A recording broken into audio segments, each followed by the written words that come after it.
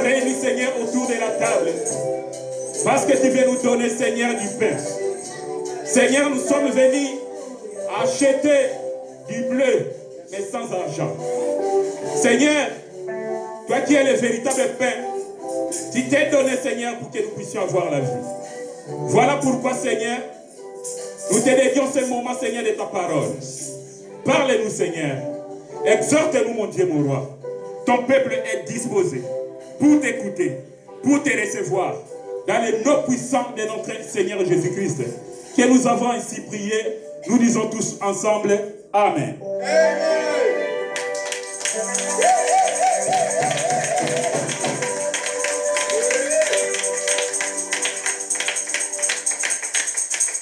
Amen. Amen. Reprenons nos places, s'il vous plaît.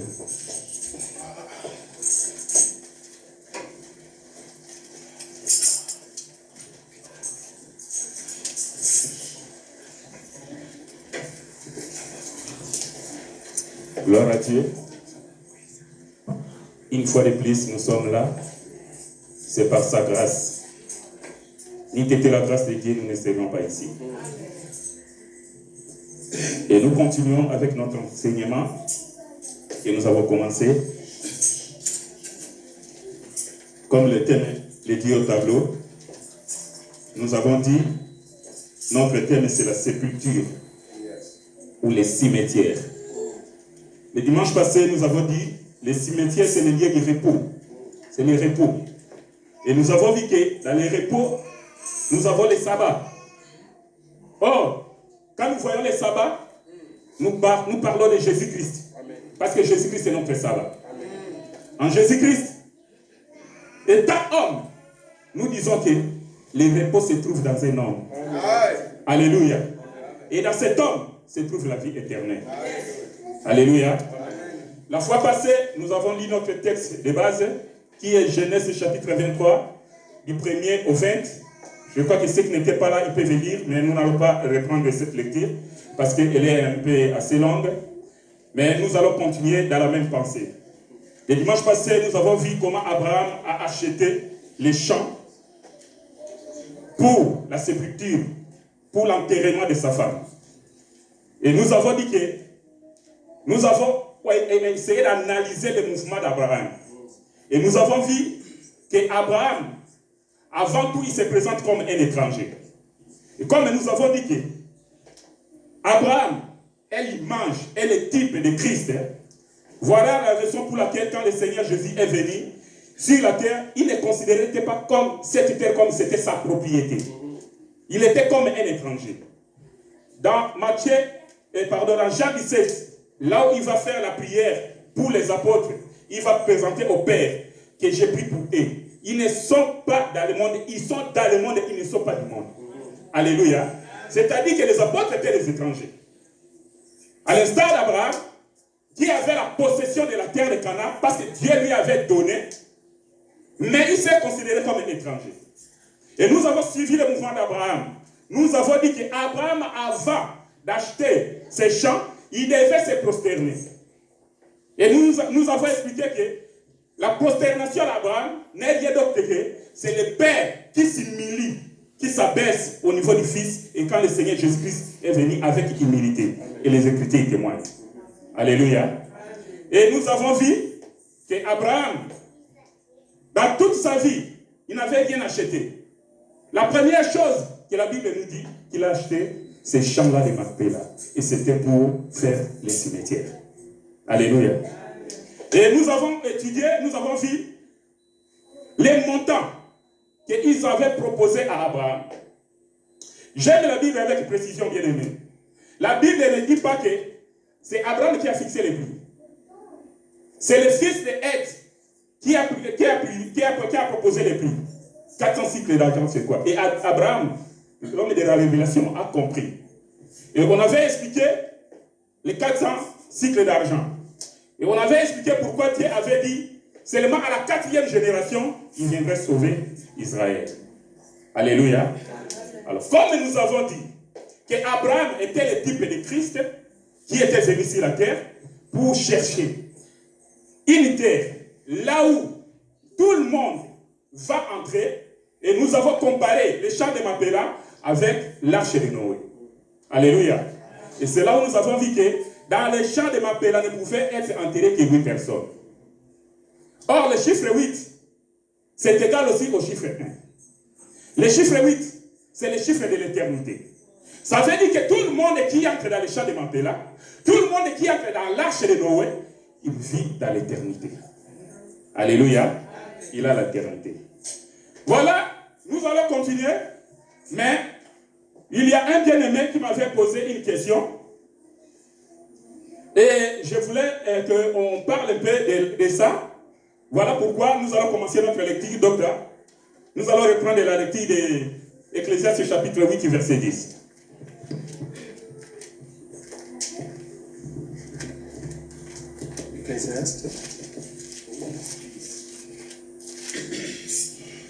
Ecclésiaste chapitre 8, verset 10. Le 10e verset. Je lis au nom de notre Seigneur Jésus. Amen. L'homme n'est pas maître de son souffle, c'est ça? Non, Ecclésiaste 8, 10. Oui. Ah, 10. Oui. Alors j'ai vu de méchants recevoir les sépultures et entrer dans leur repos, et ceux qui avaient agi avec droiture s'en aller loin du lieu saint et être oubliés dans la ville. C'est encore là une vanité. Amen. Ecclésiaste chapitre 6, verset 3. Ecclésiaste chapitre 6, le 3e verset. Amen. Quand un homme aurait 100 fils, vivrait un grand nombre d'années, et que le jour de ces années se multiplierait, si son âme ne s'est point rassasiée de bonheur, et si de plus il n'a point de sépulture, je dis qu'un avorton est plus heureux que lui. Amen. Alléluia. Ce sont ces versets clés qui nous poussaient à conclure que dans les cimetières, dans la sépulture, il y a les repos. L'Écriture nous dit clairement que les méchants, ils sont entrés dans les cimetières, dans les lieux de repos. Mais les gens qui marchaient avec droiture, ils sont restés dans la cité, dans la ville oubliée. Alléluia. Cela n'est rien d'autre. Les méchants, c'était les pécheurs, les gens du monde. Toi et moi, nous étions les méchants. Mais aujourd'hui, le Seigneur nous a fait grâce afin que nous puissions entrer dans les cimetières. Or, dans les cimetières, c'est le lieu de repos. Donc, afin que nous puissions trouver les repos. Alléluia. Et l'homme qui a marché avec droiture, c'est le peuple d'Israël. Il a pensé marcher avec la droiture, avec la loi de Moïse, mais avec l'orgueil. Or, pour entrer dans le repos de notre Seigneur Jésus-Christ, il fallait sortir en dehors de la ville. Alléluia. Là se trouvait le problème. Mais le peuple d'Israël a refusé. Alléluia. Il est resté dans la ville. Voilà pourquoi ce verset dit que on les a oubliés dans la cité, dans la ville. Ils sont restés là, mais oubliés. Mais nous, qui avons accepté de sortir en dehors de la ville, nous sommes allés là où il y avait le problème et nous avons eu les repos. Alléluia. Et la Bible dit encore qu'un homme peut vivre, je ne sais pas, 100 ans, 200, 300. Anciennement, on parle même de 800 ans. Les gens ont vécu comme ça. Il peut y avoir beaucoup d'enfants. On peut multiplier le nombre d'années de sa vie sur la terre. Mais s'il n'a pas de cimetière, s'il n'a pas de sépulcre, un avorton est plus heureux que lui.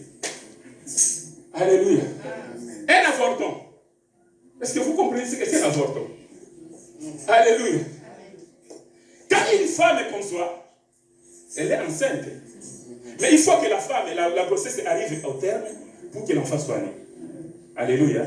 Mais si avant la naissance, cet enfant meurt dans le ventre, il sort, on l'appelle mort-né. Alléluia. Et la Bible dit que un homme qui est comme ça, qui a vécu des nationalités comme ça, il a eu combien d'enfants? Mais s'il n'a pas de cimetière, cet avorton-là, ce mort-né-là, est plus heureux que lui. Alléluia. Donc par là, nous comprenons directement que les cimetières dont nous parlons ici, ce n'est pas un cimetière normal. Alléluia. Et voilà pourquoi nous avons dit que le véritable cimetière, c'est notre Seigneur Jésus-Christ. Alléluia. Écoutez bien aimé. Dans la loi, il avait la vie. Dans la loi, il avait la vie.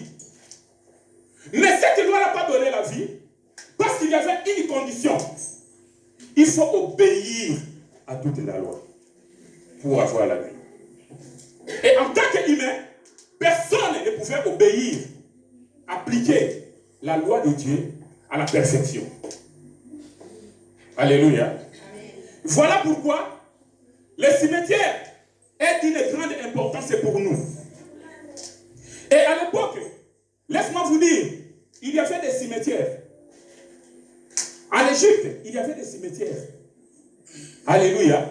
Mais tout cimetière n'est pas cimetière. Les cimetières sont différents. Là, nous sommes dans la mort de Jacob. Nous avons dit que Jacob, avant sa mort, il a fait jurer son fils Joseph. Que jure-moi que si je meurs, vous allez amener mon corps là-bas dans ce cimetière. Mais en Égypte, il y avait des cimetières. Alléluia. C'est-à-dire les cimetières qu'Abraham avait achetés, ce n'était pas n'importe quel cimetière. Alléluia. C'était différent des cimetières des Égyptiens. C'était différent de tous les cimetières qui étaient aux alentours. Les cimetières de Mapela avaient une significative. Une signification prophétique, voudrais-je dire. Alléluia. Et nous avons dit que quand les gens, les Égyptiens étaient dans leur pays, dans leur ville, ils voyaient les gens venir enterrer les morts, et surtout dans l'enterrement de Jacob, il y a eu des cortèges, des chars, il y a eu les Israélites, et il y a eu aussi des Égyptiens qui étaient dedans. Alléluia. C'est-à-dire que ce cimetière-là est devenu maintenant ouvert aux Juifs, ou bien aux Israélites et aux nations. Alléluia. Parce que dans le cortège, il y a eu aussi des Égyptiens qui sont venus. Alléluia. Mais les Israélites vont refuser d'entrer. Nous avons accepté ces cimetières-là. Oh, les cimetières, c'est quel endroit? Les cimetières, c'est un endroit où on vient déposer ceux qui sont morts. Dans les cimetières, là-bas, tu fais trouver de la pourriture, des ossements. Alléluia. Pas de bonnes choses. Alléluia. Voilà pourquoi, comme nous avons dit, Jésus-Christ, c'est notre cimetière. Il y a aussi des cimetières des hommes. Des hommes de cimetière. Un homme de cimetière. Alléluia. Voilà pourquoi quand le Seigneur Jésus-Christ est venu, il va dire aux scribes et aux pharisiens, vous êtes des tombeaux blanchis. Alléluia. Aha. Nous comprenons que les pharisiens, les scribes étaient aussi des tombeaux. Amen. Mais étaient des tombeaux blanchis à l'extérieur. À l'intérieur, c'était de la pourriture. Alléluia. Amen. Mais toi et moi, nous nous reposons dans un tombeau pur. Exact. Alléluia. Parce que le Seigneur Jésus-Christ est pur. Il est juste. Toi et moi, nous sommes devenus purs parce que nous sommes entrés dans un tombeau pur. Alléluia. Voilà pourquoi, bien aimés, nous allons continuer avec notre lecture. Revenons à Lévitique 27. Lévitique 27, verset 16. Frère Edmond nous prépare 1 Corinthiens chapitre 15, verset 42. Lévitique chapitre 27, le 16e verset. La Bible dit ceci. Si quelqu'un sanctifie à l'Éternel un champ de sa propriété, ton estimation sera en rapport avec la quantité des semences. 50 cycles d'argent pour un homère, des semences d'orge. Amen. 1 Corinthiens chapitre 15, verset 42 à 44. 1 Corinthiens 15, 42 à 44. Je déclare. Ainsi en est-il de la résurrection des morts. Le corps est semé corruptible, il ressuscite incorruptible. Il est semé méprisable, il ressuscite glorieux. Il est semé infirme, il ressuscite plein de force.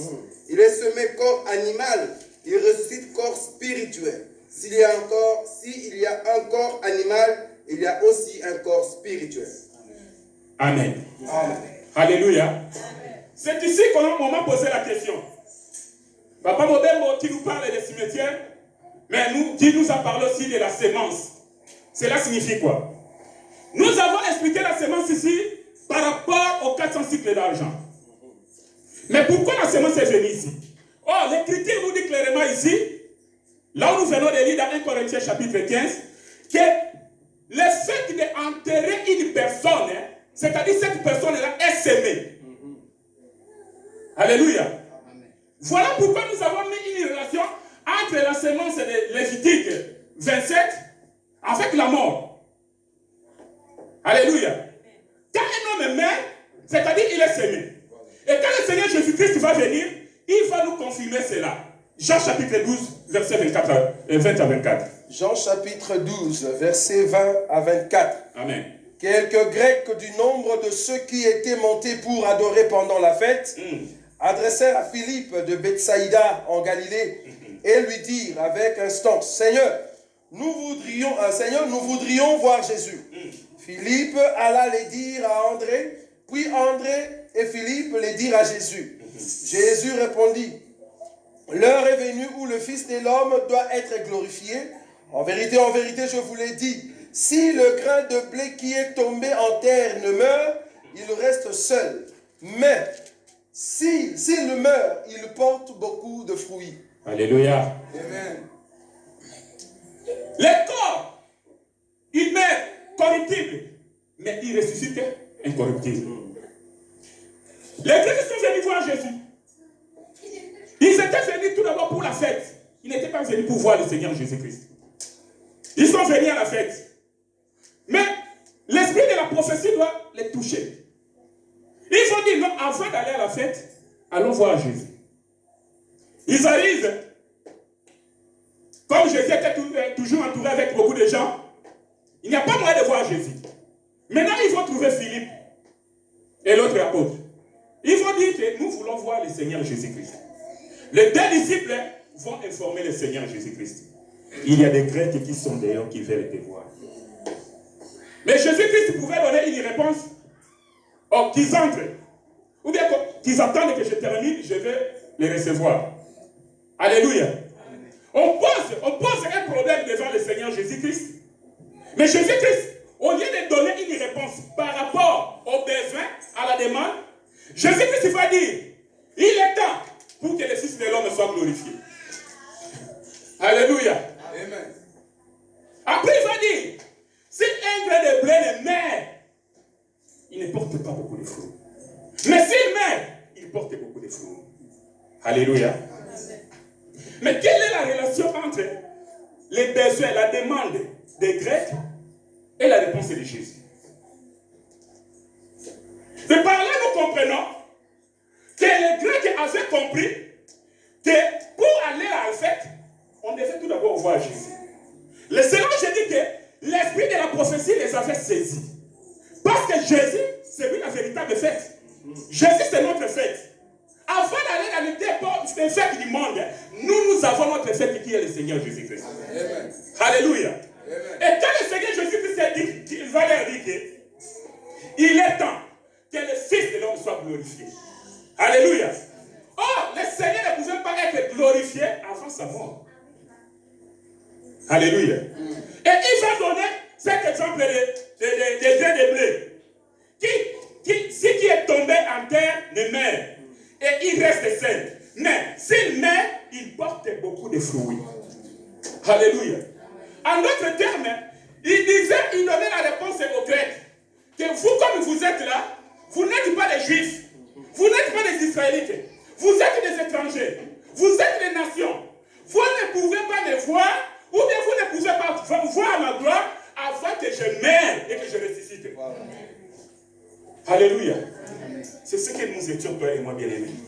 On ne pouvait pas bénéficier de cette grâce que nous avons aujourd'hui sans la mort du Seigneur Jésus-Christ. Alléluia. Donc la véritable semence de Lévitique qui entre la terre et qui sort, c'est le Seigneur Jésus-Christ. C'est lui la véritable semence. Amen. Voilà pourquoi nous disons que nous sommes dans les cimetières. Nous sommes dans le sépulcre. Pourquoi? Parce que si Jésus est le grain de blé, nous sommes ses frères. Ça veut dire que nous aussi, nous sommes la semence. Alléluia. Donc c'est ici qu'il y a un mystère. Il y a le cimetière, il y a aussi la semence. Amen. Le Seigneur Jésus-Christ, lui-même il est le cimetière et lui-même il est la semence. Alléluia. Voilà pourquoi, bien aimé, nous avons dit, toute personne qui est en dehors de Christ il est dans un cimetière. Mais un cimetière qui ne donne pas la vie. Mais nous, qui avons accepté d'être enterrés, d'être scellés dans le cimetière qui est Jésus-Christ, et nous avons la vie. Alléluia. Amen. Voilà pourquoi nous avons dit, quand nous avons parlé des gens qui devaient entrer dans l'arche de Noé, donc ces gens-là qui étaient là, ils avaient la vie. Mais ceux qui étaient dehors, ils avaient la mort. Même les animaux sont morts. Comme nous avait dit l'autre jour, docteur Roger Bouleli, même les bébés, alléluia, ils sont morts. Ceux qui ne sont pas entrés, ils sont morts. Parce que ça, nous écoutons beaucoup. Non, Dieu est tellement bon, il est amour, il ne peut pas permettre. Je te dis que même les bébés, s'ils n'entrent pas, Dieu va les tuer. Et nous avons vu ça dans les déluges, et on a vu ça encore dans la destruction de Sodome et Gomorrhe. Alléluia. Dieu n'a pas épargné les bébés. Ne vous y trompez pas. Alléluia. Nous sommes là, nous sommes dans un bon endroit. L'endroit où nous avons notre repos. Alléluia. Nous continuons, bien aimés. Maintenant, en l'instar d'Abraham, qui a fait tout pour s'humilier, pour acquérir un champ, et nous allons voir si réellement ça correspond avec notre Seigneur Jésus-Christ. C'est quand il est venu sur la terre. Amen. Voilà pourquoi nous allons lire, bien aimés, Zacharie chapitre 11.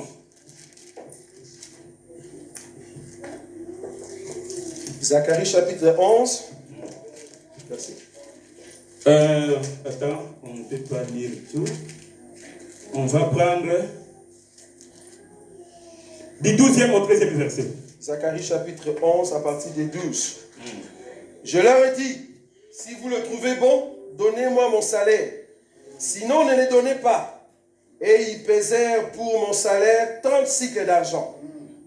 L'Éternel me dit, jette-le au potier, ces prix magnifiques auxquels ils m'ont estimé.